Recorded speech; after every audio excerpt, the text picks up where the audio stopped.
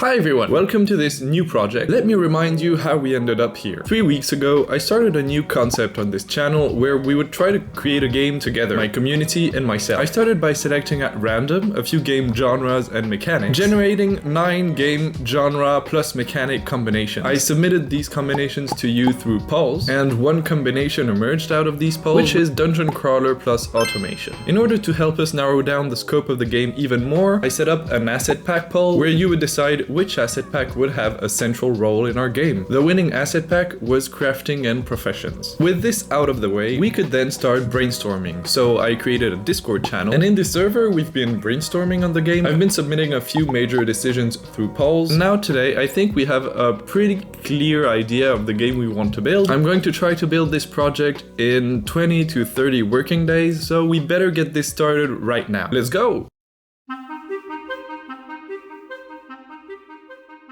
First of all, I needed to recap everything from the brainstorm. But you're starting to know me. First thing first, coffee. ASMR version.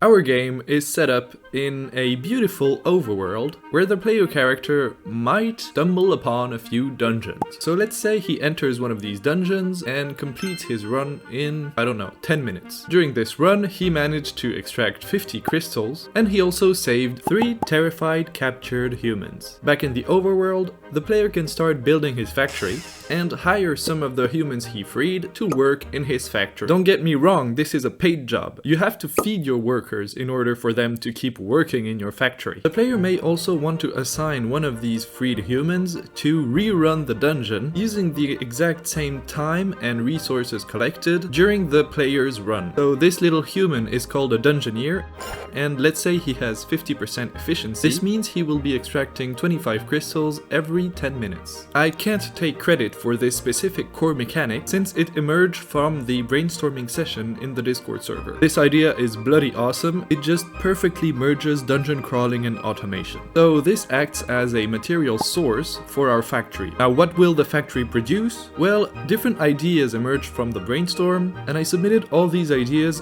through a poll. Out of the 6 different resource sinks we've identified, the most upvoted sinks were equipping the dungeoneers and workers with better weapons and tools in order to increase their efficiency, feeding the dungeoneers and workers to keep them working in the factory and in the dungeons, and unlocking higher tier dungeons. We also decided the overworld should be large enough, opening new potential to add systems based around transportation of resources. So that was a very condensed summary of our brainstorming session. Now let me present you real quick my development plan for the days to come. So basically the dungeon crawling aspect of the game features dungeons, enemies, and resource nodes. For the automation part of the game, we have the overworld to create and all the systems related to the factory. Workbenches, worker management, inventories, production chains, and transportation logistics. Linking these two aspects lies the player with his specific systems to build, like movement, attack and HP, collecting resources, and his own inventory, equipment system, and hotbar. The development of the game and the devlogs will be organized around 4-day cycles. So for the first 4 days, I'd like to have the dungeon crawling basics done. The second 4-day cycle will be focused on having the basics of the automation systems done. The next 4 days will be dedicated to the interaction between those two systems, and by the end of the 4th cycle, I'd like to have some content added in order to have a playable test version. This should allow me to collect feedback, fix bugs, and balance the game. To be honest, this is a very optimistic schedule, but it keeps me motivated to have it that way. Now you know everything you need to know, let's get to work!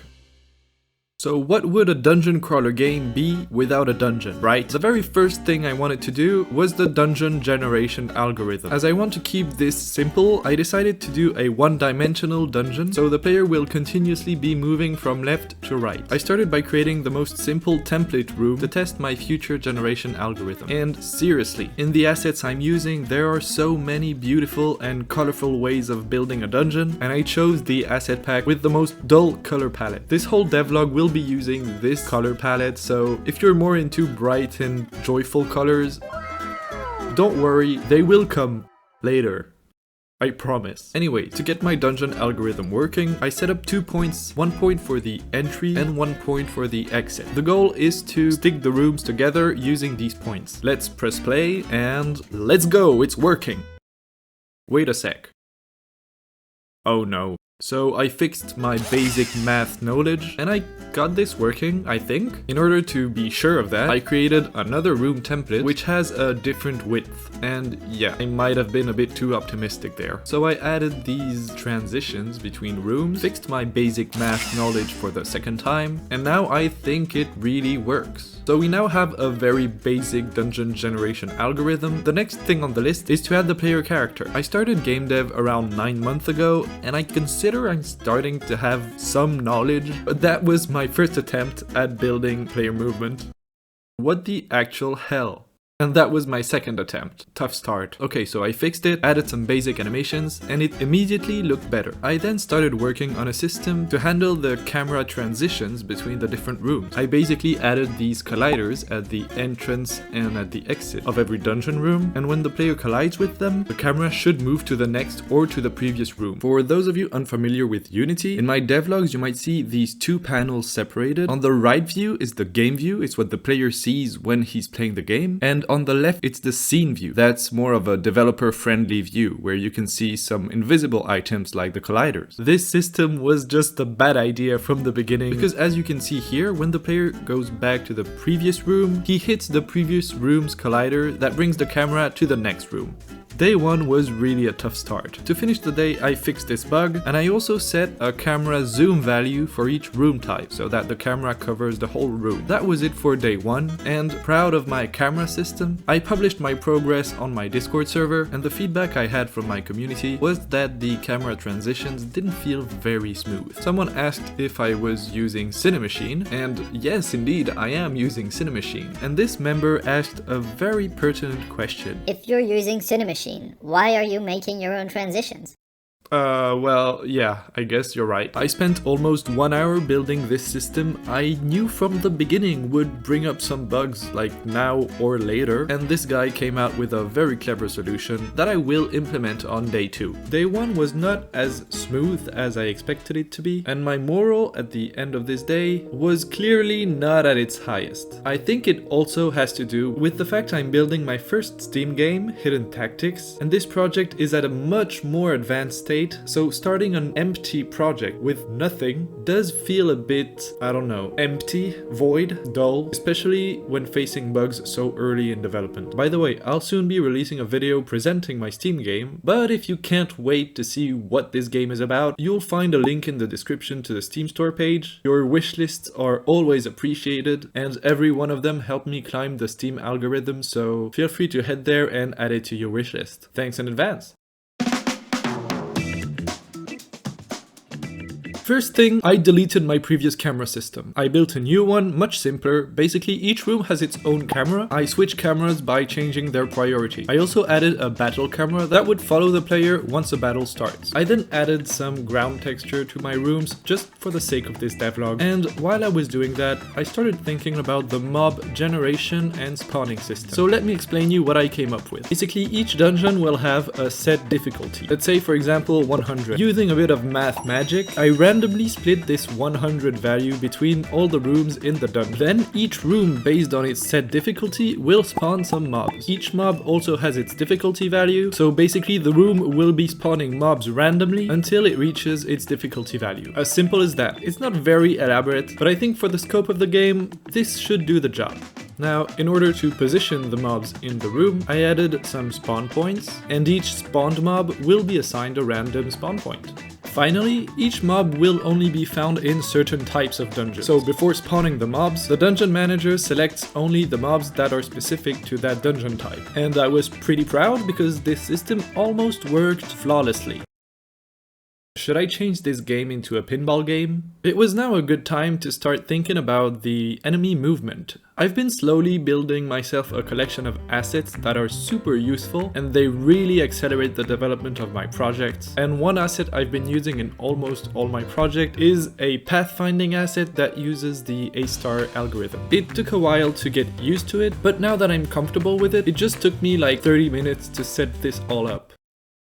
I'm definitely keeping that door closed. Enemy movement would look much better with animations, and while I was building the animations, I was also thinking about the enemy attack system. And I think in this game all the attacks will be collider based, so this pushed me to start animating the colliders during the attacks too. My first test with this attack system ended up somewhat cute.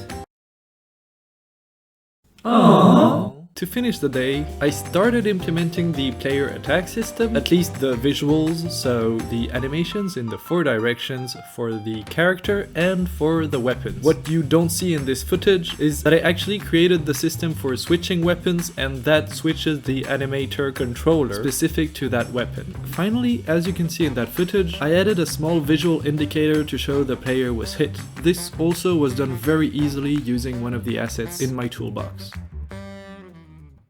You know how I love sharing my gaming experiences with you?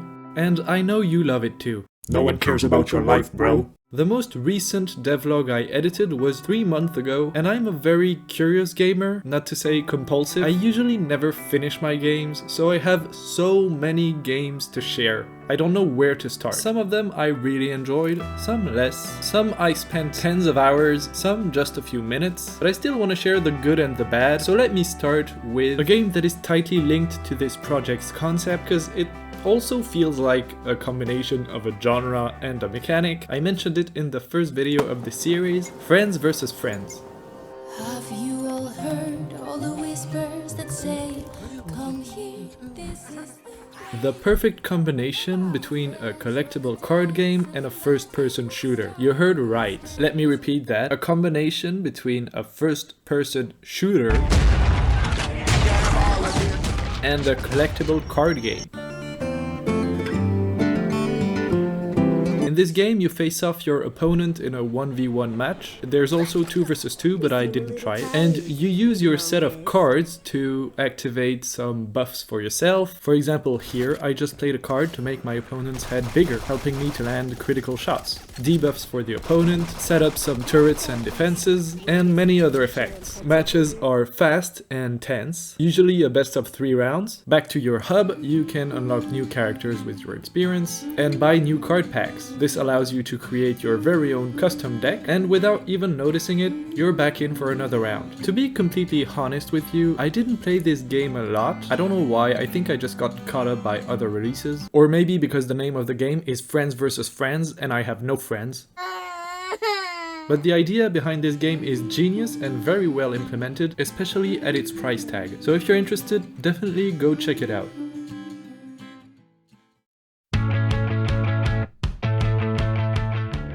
So yesterday I had the basics of the combat system working, but at the moment the controls really feel awful. I had a few leads on how to upgrade it. First of all, I think the combat must be twin stick based, so you can move in one direction and attack in another direction. That's the first thing I changed, and I also made the character stop moving while he was attacking. This was a good start and made the combat feel slightly better. There's still a lot of work left on the feel, but first the visuals. As you can see right now, we have no idea of what weapon the player is carrying when he's not attacking. So I quickly created idle sprites for the weapons, and I make this sprite stick to a point on the character, point which I animate in the animator. I also made it so that the weapon appears behind the player when he's looking up north.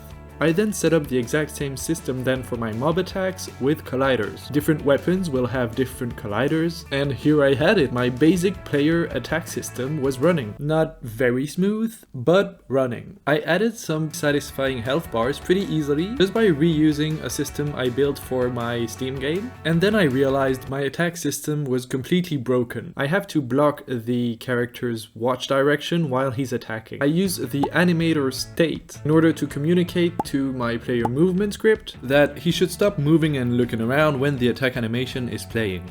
I added the die animation to the mobs, and yeah, this is starting to look good. But right now my character is acting as a spear machine gun, so I have to add some sort of limitation to the player's attacks. I imagined 2 main ways of limiting the player's attacks, either through an endurance bar or through weapon-specific attack rates. And this is where the community comes in. I submitted this decision through a poll, and the community decided we should implement a weapon attack rate. So to visualize this attack rate, I started building the the UI. And to be completely honest with you, I do not like building UIs.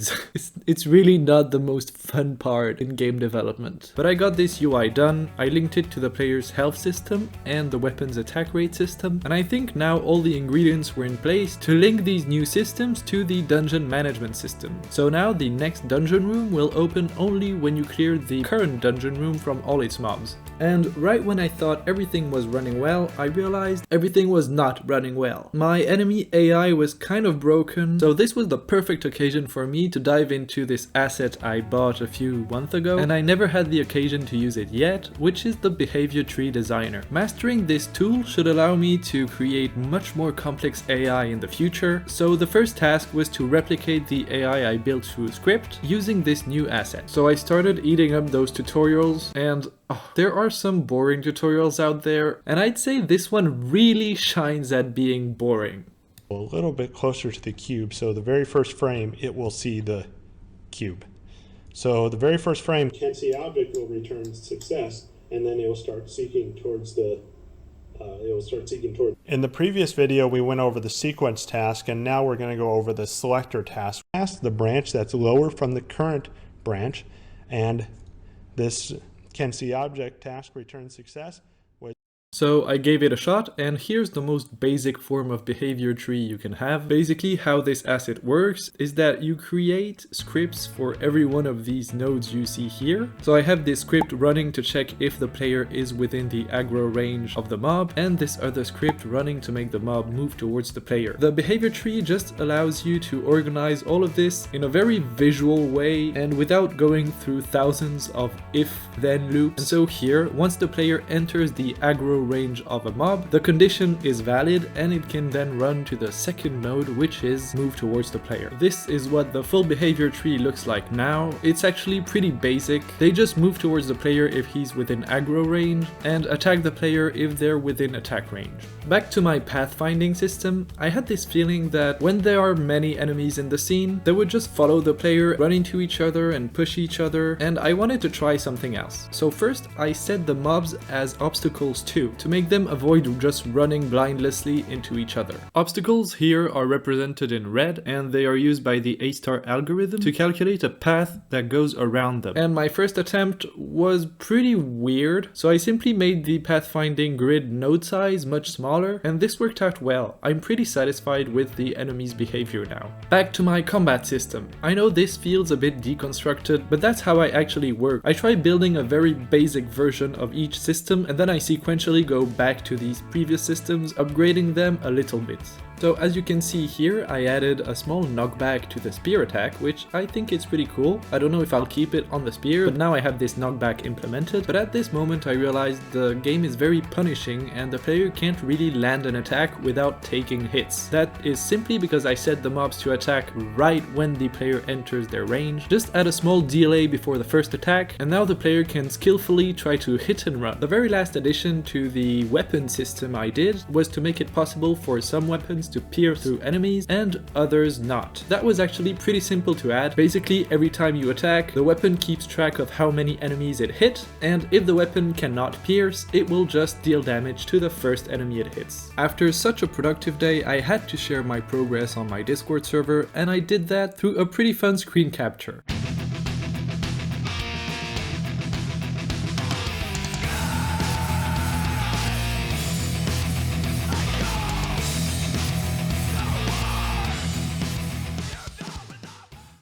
Okay, I just can't hold it. If you're still watching this video at this point, I think you deserve to know what my favorite gaming experience of 2024 is until now. Locations impacted in known sectors of government. Pacific Drive. This game has stolen 22.5 hours of my life, and it was definitely worth it. There is so much to say about this game. The game is set in a universe where there is this kind of zone where some government has been carrying out experiences in the early 20th century, and this has led to very strange behavior with matter. You'll understand what I mean better with the footage. Anyways, this is a restricted zone now, and it seems like people from the surroundings have been bonding with objects, and this bond drove them insane and brought them right in the middle of the zone, where they have then disappeared. These people are called remnants, and you play a remnant that bonded with the most technological object yet, a station wagon. So the core gameplay loop is the following. Your goal is to reach the inner zone, and as you progress through the zone, there are more and more environmental dangers you need to protect off. You loot a lot of resources. If you're not into looting, this game is not for you. You loot resources, and if you survive your run, you come back to your garage, upgrade your car, and head back out in the zone. And that's all you'll be doing all the time. So what did I like so much about this game? Well, the driving sensations are amazing. The lore is very interesting and unique. The voice acting is of really good quality. The atmosphere is something hard to describe. It gave me the Long Dark vibes. There's never any jump scare or such, but the atmosphere is tense, and every time you enter a save zone, it really feels like a relief. But I think what really made the difference with this game is the soundtrack.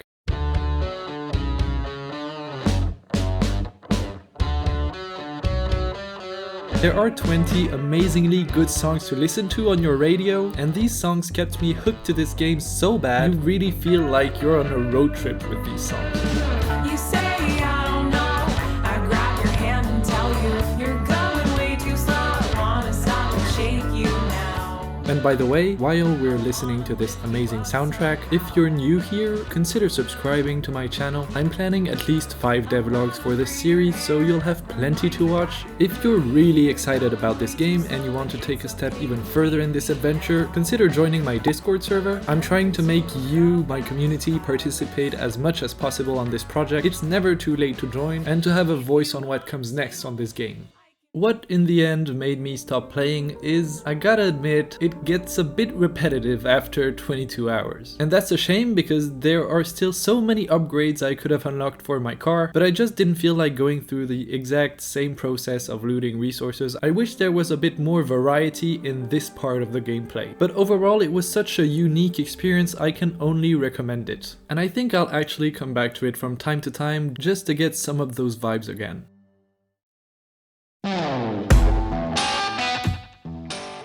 One thing that felt a bit off in my combat system is that the player can't move until the very end of the attack animation. So I made it so the player stops only for part of the animation, and this really made the attack feel more snappy. I then wanted to slightly polish the room transitions, so I added this simple shader effect to my doors for when they open and close, and then I made the enemies appear sequentially. So the enemies are not active until all of them has spawned. The problem is the player can still move while they're popping. So I need to disable the player's movement while they're spawning, and I also need to set his velocity to 0. I'm not pressing any button there. After a bit of work, this is the final result. I was satisfied for now, and I really had to start working on something I've been pushing back for a long time, the inventory system. I have had a pretty bad experience in the past with inventory systems, so I wasn't very confident about my ability to build them. So I went back to CodeMonkey's tutorial, and since the last time I watched this tutorial for my Game Jam project, I really felt like I've progressed because I was actually understanding what he's doing and even making my own modifications to make it fit my game. So I actually felt really skilled at this moment. But as usual, this feeling would not last. In this game, I want to have 2 inventory types: inventories with unlimited slots and limited inventories. The player's loot in a dungeon will be stored in an unlimited inventory, but I want the player's inventory and the workbench's inventory and every storage chest to have a limited size. I think I handled this well for the moment, but then I wanted to learn about dragging and dropping, so the player can click on a resource he wants to drop and drag it out of the inventory window to drop it. And this is where things started to get complicated. I won't go into the details as it's not fun and visual, and I couldn't finish the inventory system by the end of day 4, so that was a bit of a disappointment because I wanted to get the basics of dungeoneering done by the first 4 days. I just need to finish rearrange my inventory system, create the mob loot dropping system, and also create actual resource chunks that the player can harvest, so everything related to these resource nodes. All of this will be addressed in the next devlog, but most importantly, I'll start building the overworld and all the automation systems. I'm super excited for that, and generally I'm really enjoying my time developing this game. The first day was kind of hard, but now I'm really starting to have fun doing this. See you in 2 weeks, and get that finger ready. Get that finger ready to press play. New people on this channel are really wondering what the hell is going on now.